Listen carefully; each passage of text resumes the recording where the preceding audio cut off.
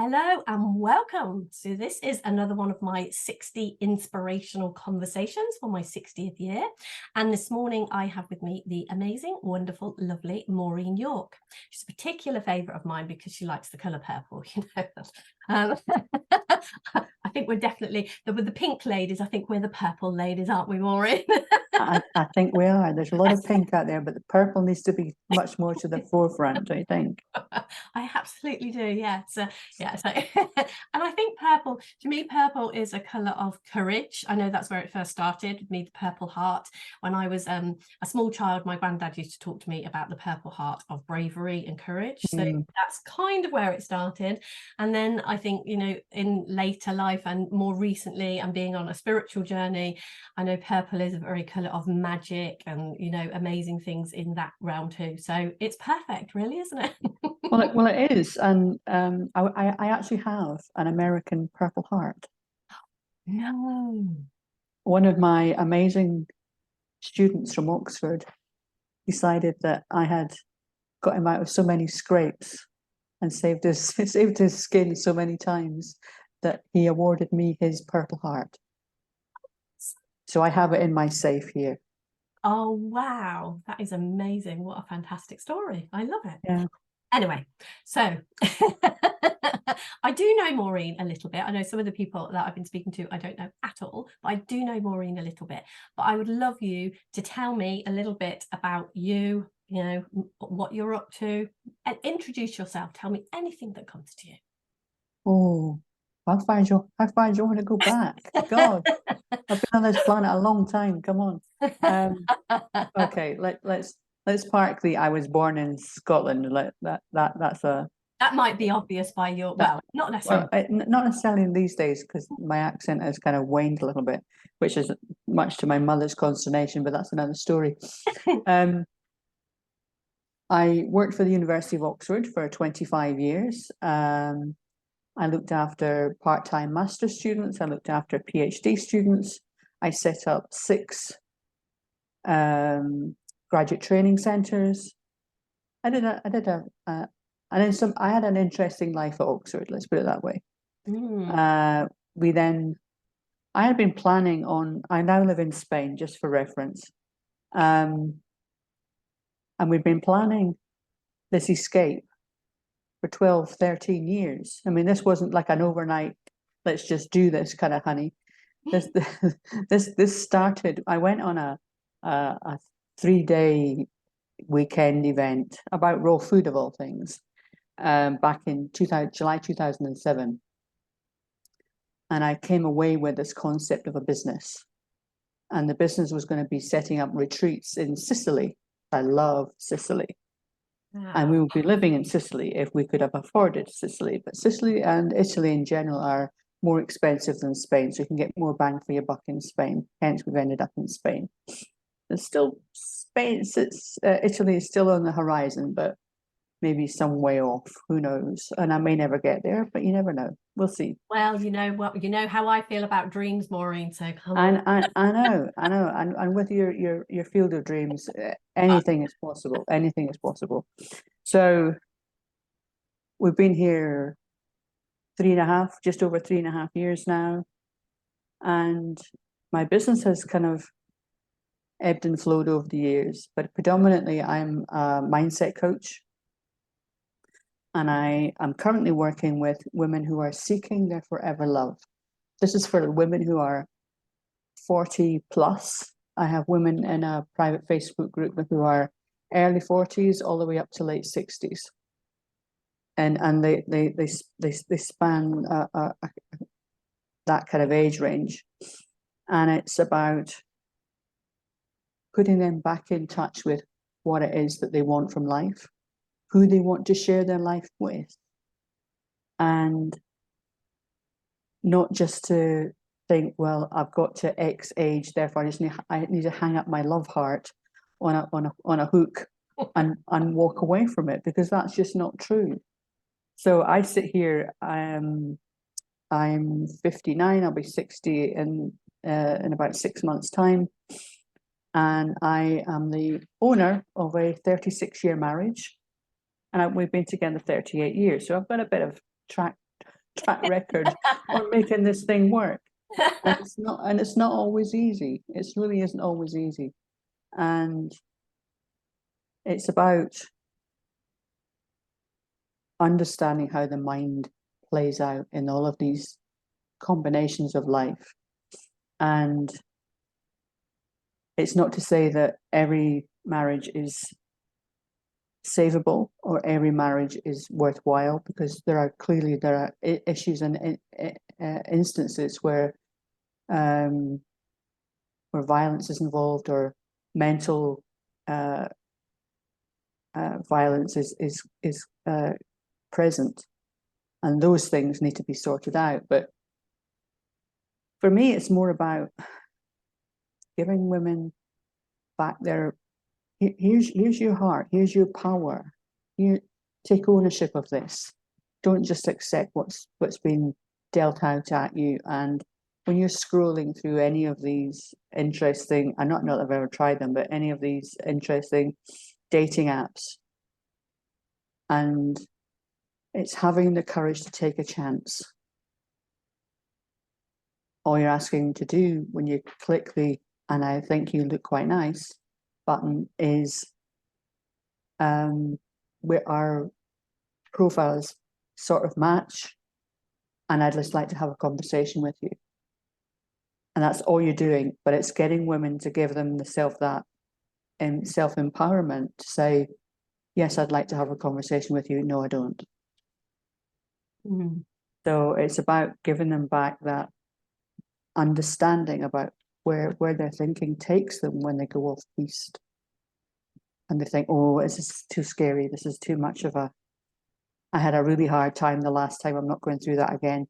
And it's they go into like this self-preservation mode. But by going into the self-preservation mode, they also remove themselves from future happiness. And I think that's quite sad. So that's what I'm working on at the minute. Wow, I love it. I love it. So this is you said a Facebook group. I have a private Facebook group. I have 35 members in it now, so it's quite small and compact. I'm looking for more if anybody's interested. And in there I post quite a lot of short videos that I do a daily a video 3 days a week, but I also put in articles and bits and pieces. There's a Q&A session which is happening later this afternoon, and I also give them one topic that I talk about. So whether it's things like, what are your non-negotiables in a relationship? What do you know what your core values are? And how will you know when you find Mr. Forever Love or Mrs. Forever Love or whatever your persuasion is? You know, and it's about, I talk about who are you seeking? And I'm not suggesting, oh, he needs to be 6'4", dark-haired, blue-eyed and bushy-tailed. Now, that's not what I'm talking about here. I'm talking about who are you seeking? And try to get beneath the aesthetics, beneath the facade that you see when you meet somebody. I've got a client at the moment, and she's a beautiful young woman. She's in her mid to late 40s. And we've been working together about 3 weeks, and she found her forever love. I'm thinking, oh my God, this thing works. I love the surprise on your face. What the hell? But she's in the group because she's in such a young relationship, and she's got into that. And I don't want the outcome of what happened in her previous relationship to reoccur. So she's looking for stability. She's looking for somebody to hold her hand for a little while, just to give her that sense of courage. And even she'll admit that when she first met this guy, he didn't sweep her off her feet. They had a lot in common, and they got on like a house on fire. But he wasn't, in her words, the dashing guy who's going to swoop down in a white in a dashing steed and sweep her off her feet type of thing. But she's been with him now for 8 or 10 weeks now, and it's growing, and she's slowly but surely trusting herself to be okay in that environment, this new relationship. And what she's trying to do is stop comparing him to the previous relationship that didn't work, which is a challenge.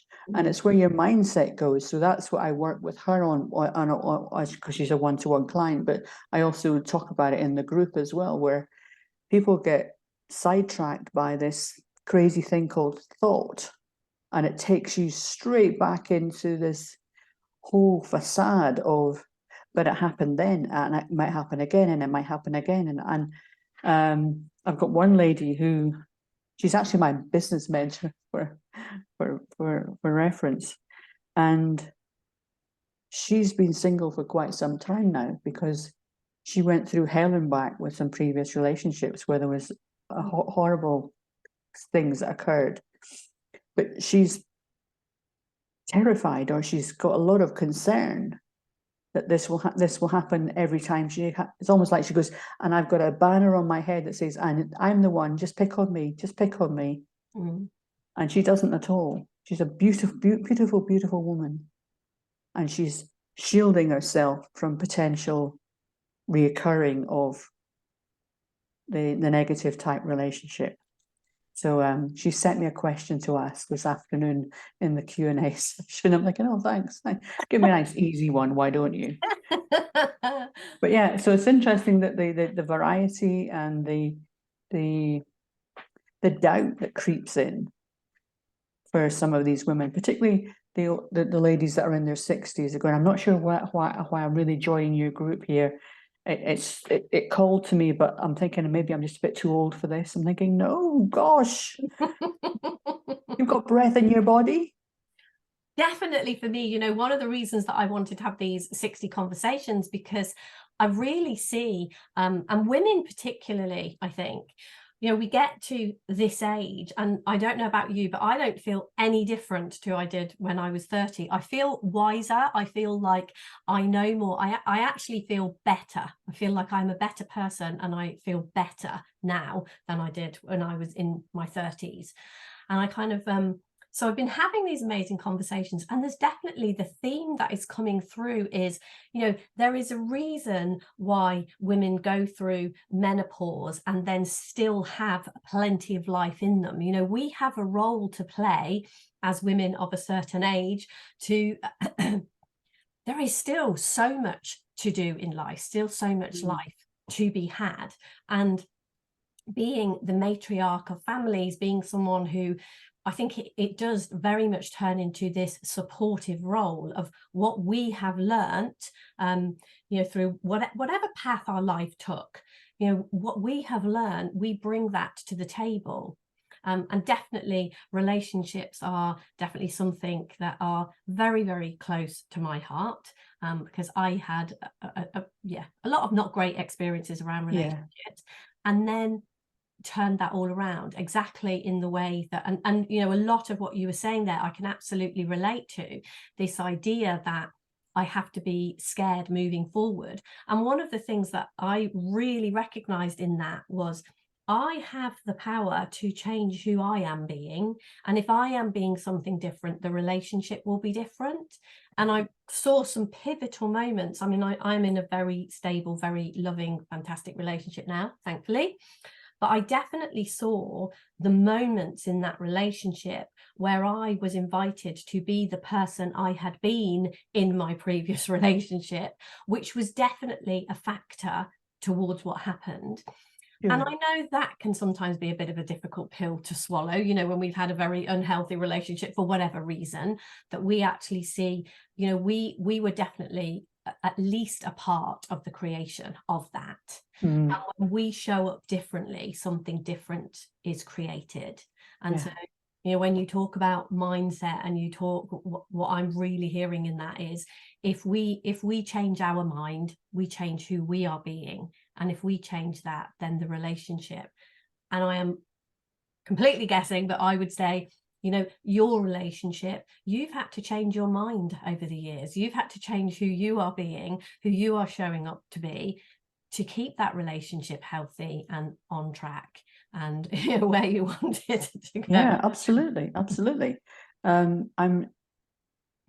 got married at, when I was 23, just coming up 24. I knew nothing. Nada, zilch. We think we know everything at that age, and it's I only knew now looking nothing. back. I knew nothing. Mm.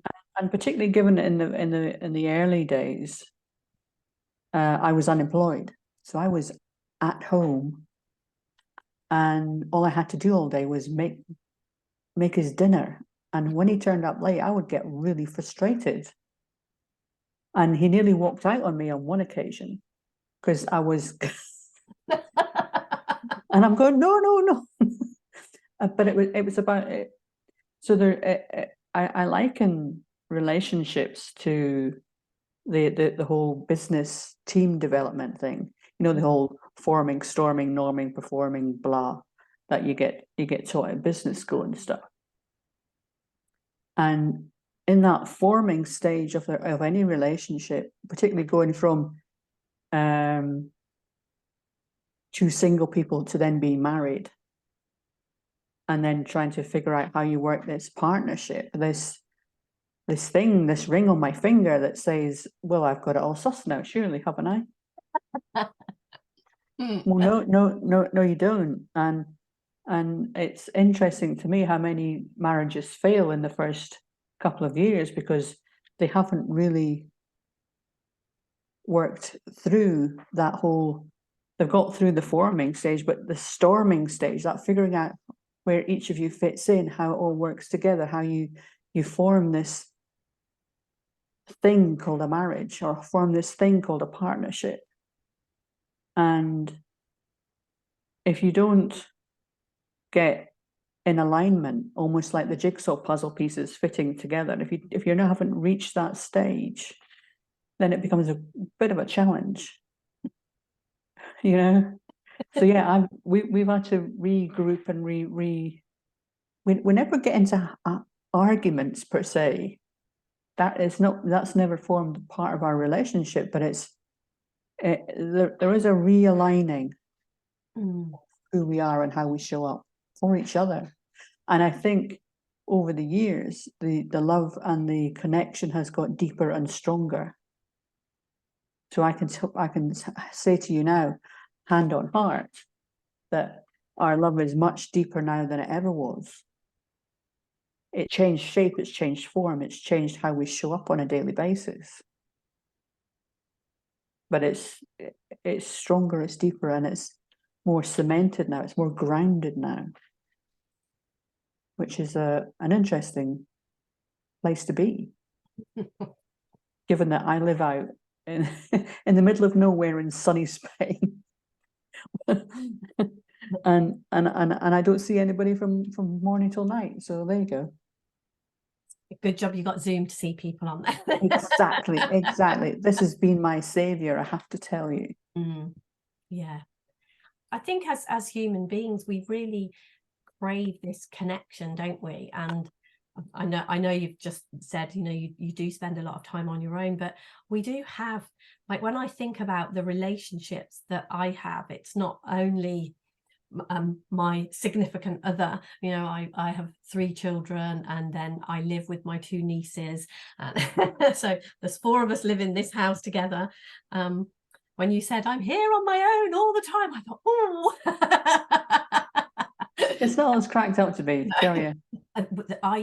What I really see in that is there isn't, whatever we tend to crave, and what I see around relationships is find that in yourself. Like, if you want the love and connection, if you can find the love and connection with yourself, then you can love and connect with others. Exactly. And yeah. But it's seeing it in yourself first, I think. It's connecting to who you are. And like you, we've done lots of training programs over the years, and we've attended lots of seminars and things. But it's not until the penny drops You. that things start to change. I remember being in Salt Spring Island, off the off Victoria Sound, or anyway, Western Canada. Beautiful little island. Gillian Fox and I were attending the school that's run there, and it's a 3-day event. And if you're, and they don't run it anymore, but what I used to say to people is, if you think you're going to turn up and it's going to be a 9 till 5 job, forget it. It doesn't happen that way. Anyway, so Gillian and I were sat next to each other on this one day, and Chip Chipman, who was at the front of the room, said something. He was explaining something, or he shared something, and she started bawling her eyes out, tears flooding down her face. I'm thinking, what did I miss? Could you just say that again, mate? Because I missed something. And it's understanding that certain things will resonate with you at the right time. Yeah. Love will arrive for you at the right time, but you need to recognize that we're all in different spaces, we're all in different places in our mindset, as well as in our physical bodies and where we physically are. And it's being okay with where you are, because where you are is all you have, you know, and wishing you were somewhere else. At times that can be so frustrating. Oh, I hear you. I hear you. I'm not where I want to be. But wishing that you were somewhere else and not living in the moment takes you away from so much experience, so much joy, so much happiness, because you're almost like saying you're dismissing what you already have. And you're going, but I don't want this. Yeah, well, it's what you have now. And it's always the place that you are going to get somewhere else from, if you like, if there is somewhere else to go. But it is like, I really see that in this creating of my dreams, the journey of it, this place that I am right now. And one of the things that has really been resonating with me a lot lately is this whole slow down, because I'm in the process of buying a piece of land. And you know, it's notorious that when you're buying somewhere, you know, it goes on and on and on. And I know in the past, my experiences, you know, I've bought houses before, bought properties before and things, and I know my experience has always been, oh, you know, I exactly like you say, I don't want to be here buying this house, I want to be living in it. And it's like, seeing this time, just slow that right down. There's something really truly beautiful about where I am right now.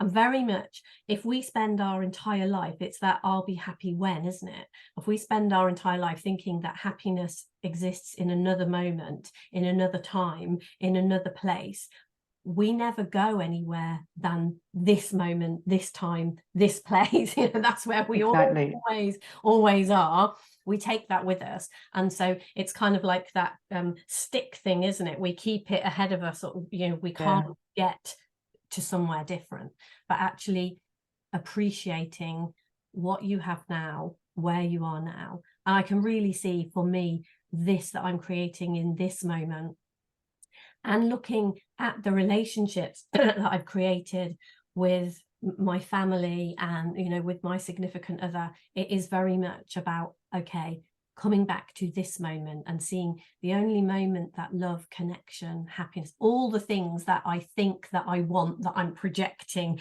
out there, the only place they can ever be is here. And if I find them here in this moment, but we have been trained and we have practiced a lot, and we have been very used to believing that there is somewhere to get to, a different place, something that is, you know, somewhere else. And we do spend a lot of time looking for that, and don't spend any time coming back here and looking what's actually here in this moment. Yeah. I was remembering one of my other students from Oxford was born in Iraq, and his father was he was on the wrong side of the political divide, shall we say. And in order to get at the father, the children would be taken and beaten on a regular basis. Mm. So this young man would tell me about stories about when he must have been about 12, 13-ish. He'd be taken away. He'd be upside down. He'd have his hand from his feet, something covering his face, and they would hit him with a hard rubber mallet type thing. And he would come back and he'd be bruised. But he kept saying to himself, and this is only for this moment, this is only for this moment, this is only for this moment, this will stop. They will never kill me because it's not good for their profile for them to kill me. This will stop, this will stop. And he kept himself grounded in the moment, in the moment, and in the moment, knowing that there was going to be something better. He would be released from being hung up by his feet, and he would be taken back home. But in that moment, he knew he was going to be okay. Mm. He knew that he had that assurance they wouldn't do anything too serious, because it would go against, it would cause so much negative repercussions if they did. So it was about being okay in this horrific situation, in this horrendous experience he was going through on a regular basis. I mean, this wasn't just a one-off. This was a regular basis that they would snatch the children and then they would do these horrible things to them. But it's about, for me, hearing the story, I mean, it brought me to tears the first time I heard it, and it's understanding that each of us we only ever have the moment. We only ever have the now.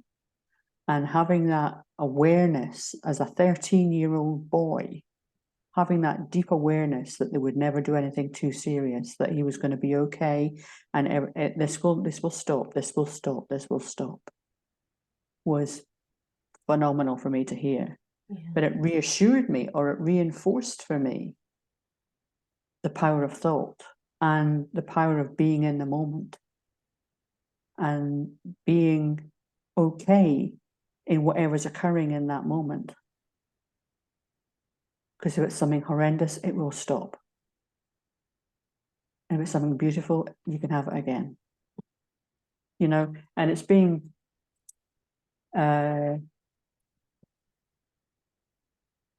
truly connected to who you are, that inner part of you that nothing can touch, that's safe as houses, you know, that is perfect as the day that you were born, that nobody can lay a finger on because it's yours, and it's yours, and it's only yours.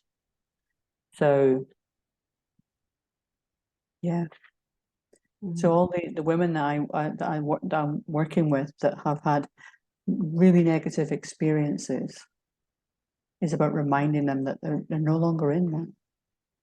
That's now gone, and they're in such a better place for it, for where they are now.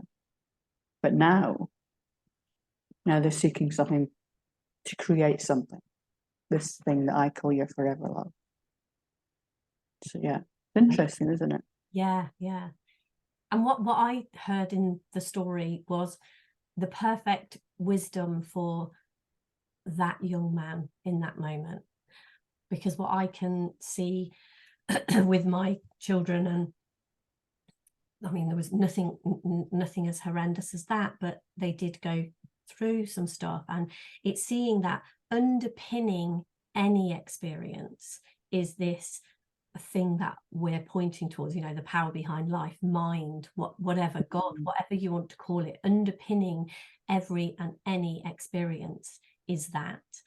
And if we can look in that direction, what I heard in that story was that young man found that. He found God within him, mind within him, and it gave him what he personally needed. So it's not like a technique that if something bad is happening, what I see is we have our own personal wisdom, because I can see in the moments when I've been in horrendous situations, wisdom has arisen in me that is perfect for me to know what, you know, that I am okay. because there is something underpinning this always that we can to. There is a power there.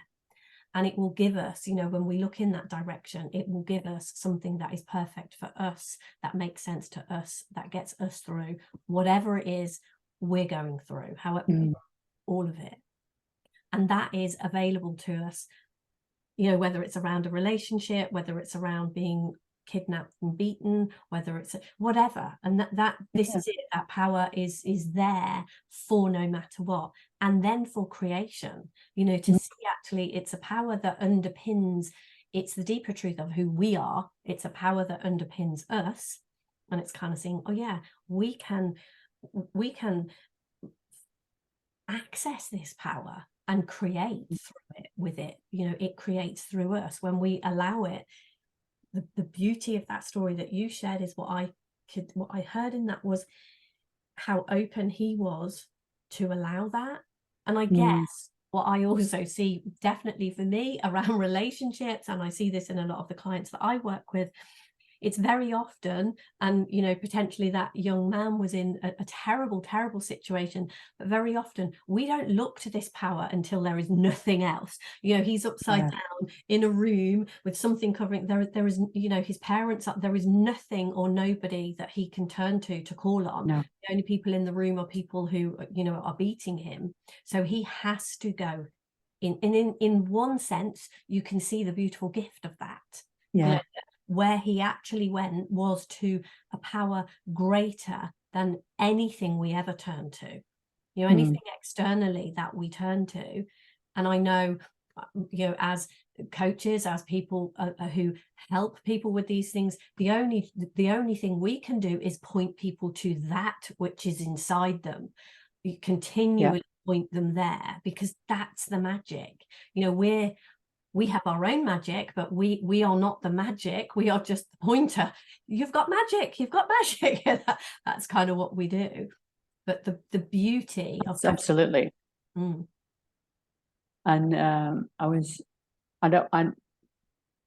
I'd been working around the mindset stuff since 2010, and I'd always heard this phrase about "you'll be okay no matter what."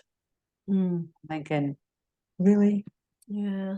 And it was at the back of my brain. But anyway, but I had a personal experience of it. So when I was diagnosed with breast cancer back in 2017, I didn't go into that peaking and troughing of thinking. I didn't go into any of that crazy why me reaction. There was none of that. It was almost like a flatlined all the way through the process. But that was for me and my own personal embodiment of I'll be okay no matter what. Yeah. And I think that's what the young man was experiencing. He'll be okay no matter what. Yeah. And I think it's appreciating that we all have that inbuilt. It's like one of those safety net things that we have inbuilt. It's just that we don't ordinarily appreciate it or are aware of it, because we're never faced, most of us, thank goodness, are never faced with either a diagnosis or a horrific situation. I was thinking about this when looking at the earthquake recently in Morocco and the floods in Libya, and how hundreds and thousands of people are dying, and yet the ones that are surviving will be okay. To a lesser or greater extent, they will be okay. They may not have their house anymore, they may not have their possessions anymore, but in and of themselves, they will be just fine. But it's remembering that, it's bringing them back to that, and it's being okay with that. I guess it's accessing the knowing of that, because I, you know, like you, and I guess our embodying of these things that in many ways seem as if they are the worst thing that can like, you know, the story of that young man, in one sense you can think what a terrible thing, but also you can see what a beautiful gift that at such a young age he realized what he had within him.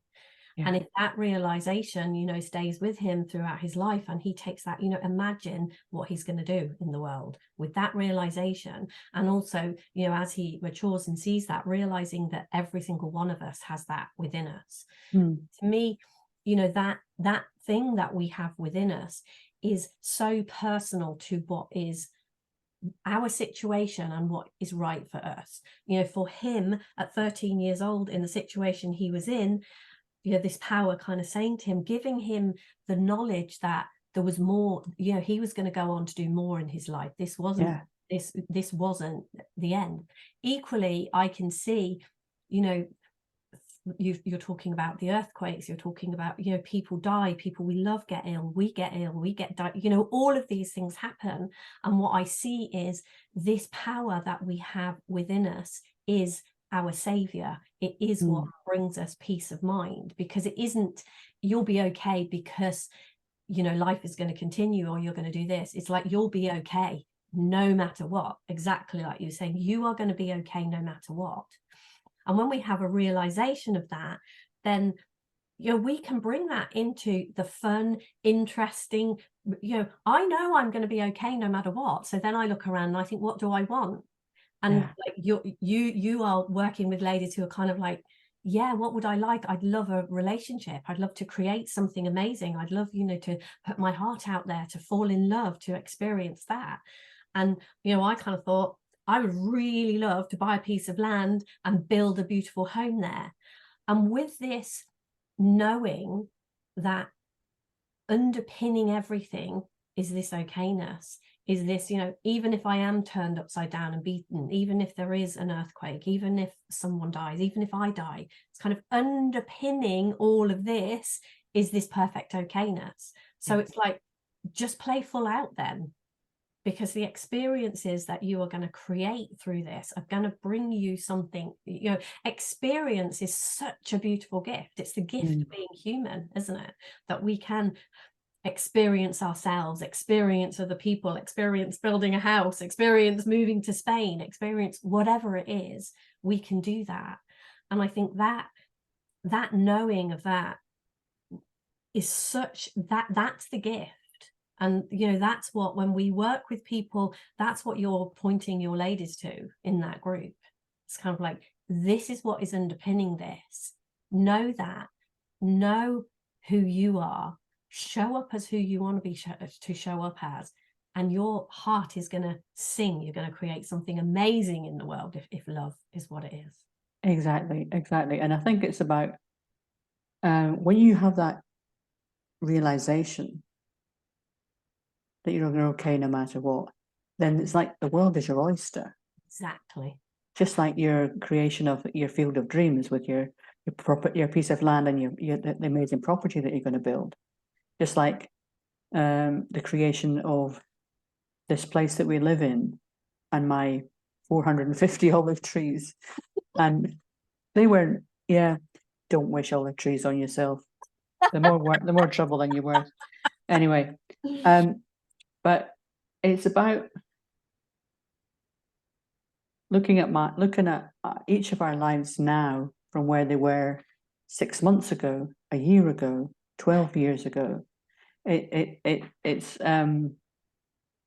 we each evolve and develop in our own unique way, but it's about being open to what it presents itself, rather than keeping yourself small and contained, and having the openness, I think, is the word I want to use, openness to experiencing new things, to creating new things. That's where the magic lies, I think. Absolutely. And you know, when you were saying that, I know one of the things I talk about a lot is living from love, not fear. And it is in relation to, in any area of our lives, really, if we have, and if we have been hurt, if we have, you know, experienced things that we don't want to experience again, and we can't get very old before we've kind of created those experiences. I look at my grandson, and he's 4 years old, and he's already, you know, there's things he knows he doesn't want to happen to him again. So we're not, you know, it doesn't take us very long in our lives to try to move into that fear place and try to start to protect ourselves rather than trust in love.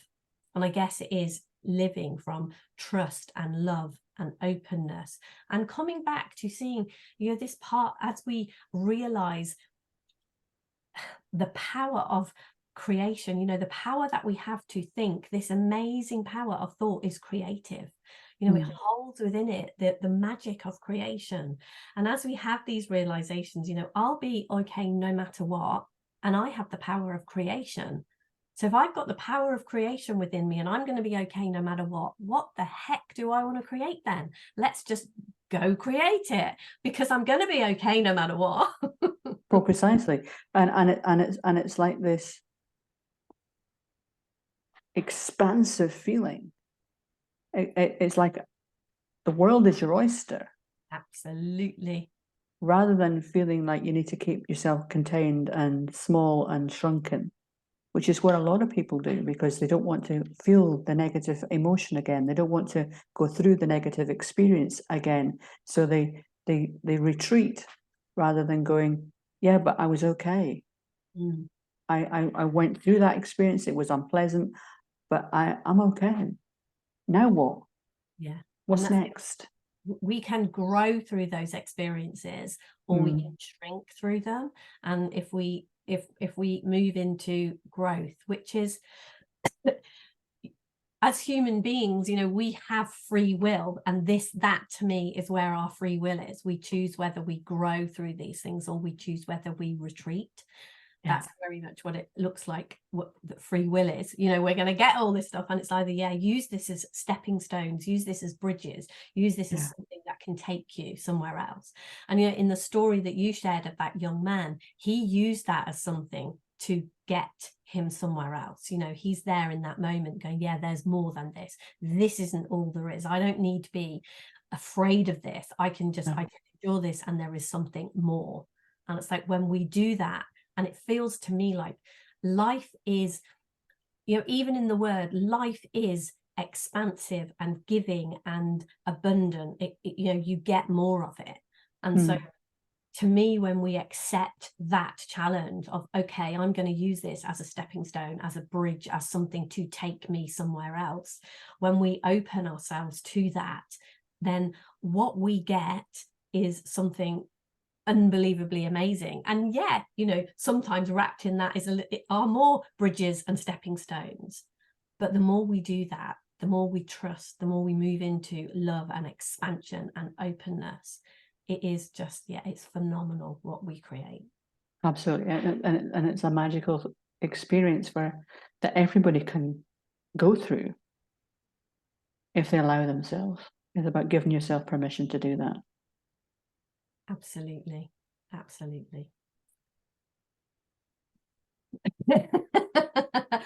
was amazing. A fantastic conversation. So if people want to get in touch with you, speak with you, I will definitely, you need to send me that information so I can make sure that it is underneath this video anyway. But tell us, you know, how can people reach out to you? You can check out my website, which is maureenyork.com. You can go and find me on Facebook. I'm pretty easy to find. And you can also check out my private Facebook group, which is Your Forever Love. And if you're a woman over 40 and you give me your email address and you agree to the terms and conditions, I'll let you in. I've had men try to join this group. I'm going, no. This is just for ladies. This is for my female companions.